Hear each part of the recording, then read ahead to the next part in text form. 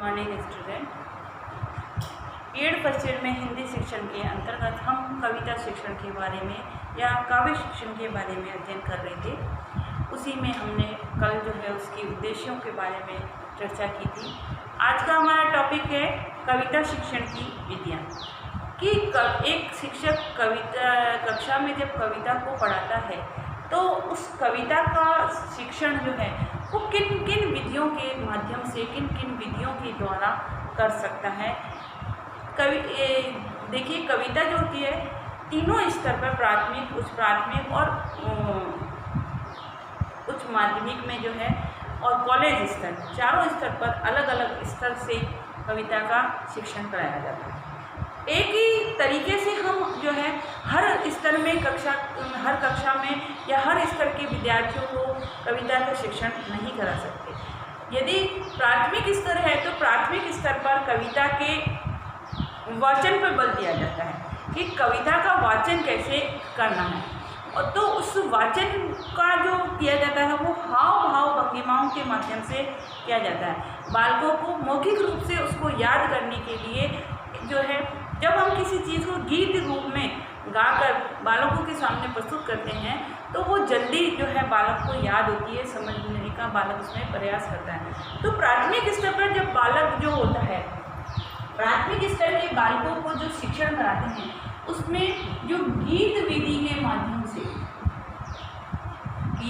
के माध्यम से शिक्षण कराया जाता है, जिसमें बालकों को जोर जोर से मौखिक रूप से एक बार टीचर उसका उच्चारण करती है, उसी हाव भाव भंगिमाओं के अनुसार विद्यार्थियों को अनुकरण वाचन के लिए कहा जाता है।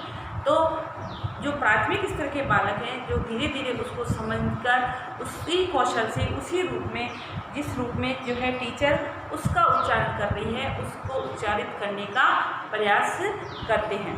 जैसे मछली जल की रानी है, तो आप देखिएगा छोटे बच्चे होते हैं वो घर पे आके भी उसी हाव भाव से वैसे की वैसे जैसे टीचर ने उसका उच्चारण किया है उसी रूप में उसको उच्चारित करने का प्रयास करता है। तो गीत शैली जो है प्राथमिक स्तर के बालकों के लिए उपयोगी मानी गई है, और जिसमें गा कर जो है कविता का उच्चारण, हाव भाव, लय, सुर, ताल का ध्यान रखकर कविता का उच्चारण किया जाता है।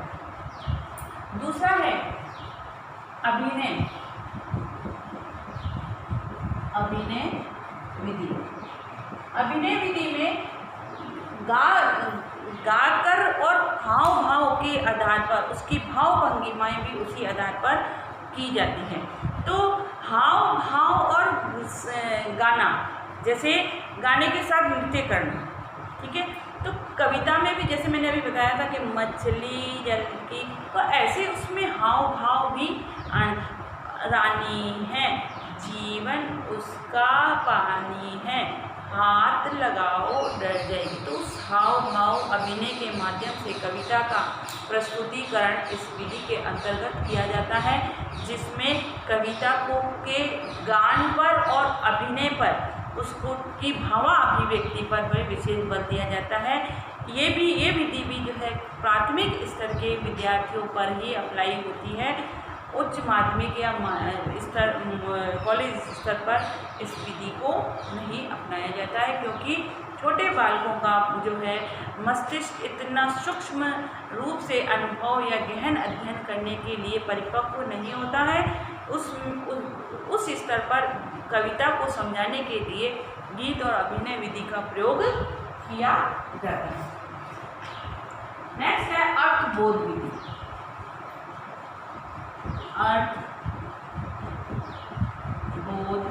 विधि, इसमें जो है एक एक लाइन को पढ़कर उसका अर्थ शिक्षक के द्वारा बताया जाता है। ये विधि माध्यमिक स्तर के विद्यार्थियों के लिए उपयोगी मानी गई है, जिसमें कविता का वाचन करते हुए उसका अर्थबोध कराया जाता है। अर्थबोध के लिए कठिन शब्दों का भी अर्थ इसमें बताया जाता है, ताकि विद्यार्थी उसके अर्थ को सरलता से, अच्छी तरह से समझते हुए भावा अभिव्यक्ति कर सके या उसको कविता को समझने का कौशल प्राप्त कर सके। अर्थबोध इस प्रणाली में शिक्षक कविता के कुछ अंशों का एक एक करके अर्थ का बोध कराता चला जाता है। कविता शिक्षण की यह विधि कम कष्टदायक और सबसे अधिक मनोवैज्ञानिक है। क्यों? क्योंकि इसमें शिक्षक अपने भावा अभिव्यक्ति को और विद्यार्थियों को कविता के अर्थ से अवगत कराते हुए उसका जो है उच्चारण करना, उसके बारे में बताना, कविता के माध्यम से कवि क्या संदेश देना चाहता है, इसके बारे में भी जो है इसमें बताया जाता है। नेक्स्ट है व्याख्या प्रणाली। ये उच्च कक्षाओं के लिए ये प्रणाली होती है। इस प्रणाली में शिक्षक एक एक पद की क्रम से व्याख्या करता चला जाता है। पहले उसको पढ़ता है और उसकी क्रमवार जो है व्याख्या करता चला जाता है। कवि के दार्शनिक मत को समझते हुए कि कवि कविता के माध्यम से क्या संदेश देना चाहता है, उस दार्शनिक तथ्य को समझते हुए, उस मूल संदेश को समझते हुए कविता की व्याख्या जो है कवि करता चला जाता है। ठीक है, ये भी जो है उच्च प्राथमिक कक्षाओं के लिए ही मान्य है, प्राथमिक स्तर के बच्चों के लिए ये नहीं है। इसमें छंद, अलंकार, भाषा, कविता की भाषा, शैली, छंद, अलंकार, इसलिए सब पर जो है के बारे में कवि बताता हुआ उसकी व्याख्या करता है और बालकों के काव्य से संबंधित जो ज्ञान एक विद्यार्थी में होना चाहिए उस ज्ञान को बढ़ाने का प्रयास करता है। नेक्स्ट है व्यास प्रणाली। व्यास प्रणाली, व्यास प्रणाली का अर्थ है ऐसी शिक्षण पद्धति जिसमें कथावाचक की भांति अर्थ और भावों को विशद रूप से स्पष्ट किया जाता है। जैसे कथावाचक होता है ना कि उसमें कथावाचक की कथा सभी बैठ के सुनते हैं और उसको समझने का प्रयास करते हैं, तो इसमें कविता को जो है शिक्षक एक कथावाचक के रूप में, कथा के रूप में उसको प्रस्तुत करने का प्रयास करता है, उसको समझाने का, उसकी व्याख्या करने का प्रयास करता है। ठीक है, अब है तुलनात्मक प्रणाली। छठा है तुलनात्मक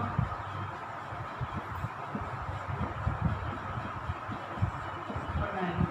दो कविताओं के दो अलग अलग कवि की समान भाव की कविताओं में तुलना करना। एग्जाम्पल के रूप में कि कृष्ण भक्त कवि सूरदास भी हुए, रसखान भी हुए, मीराबाई भी हुए, तीनों की कविताओं का कंपैरिजन करना, तुलनात्मक अध्ययन करना कि किसने कृष्ण को जो अपने आराध्य माना है और आराध्य मानते हुए उन्होंने जो कविता रची है कृष्ण बाहुल्यता के आधार पर, तो तीनों ने किन किन पर वर्णन किया है।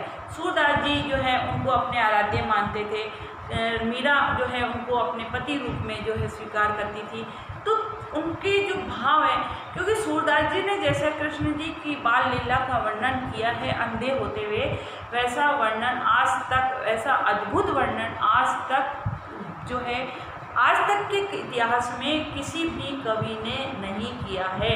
उन्होंने बंद आंखों से जो अनुभूति की थी, उस अनुभूति को अपनी शब्दों की माला से इतनी सुंदर तरीके से प्रोकर संजोकर प्रस्तुत किया था कि उनको जब हम पढ़ते हैं तो हमारे मस्तिष्क में एक पिक्चर की तरह चलने लग जाती है।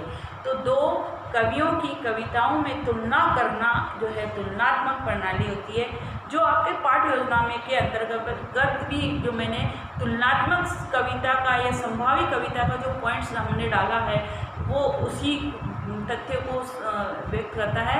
दो अलग अलग कवियों की समान भाव की, मतलब समान विषय वस्तु की कविताओं को तुलना करके प्रस्तुत बच्चों को समझाना। ठीक है, जैसे देशभक्त कविता है तो किसी एक कवि की देशभक्त कविता, दूसरी कवि की देशभक्त कविता, दोनों को सिमिलेट करते हुए, दोनों को समझाते हुए कविता का अध्ययन कराना इसके अंतर्गत महत्वपूर्ण माना गया है।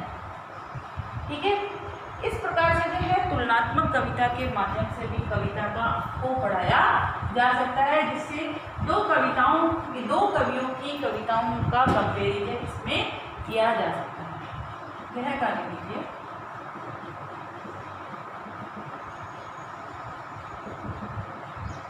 कविता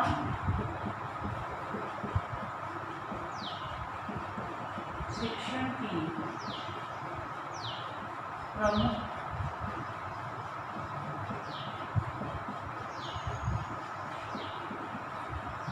विधियां बताइए।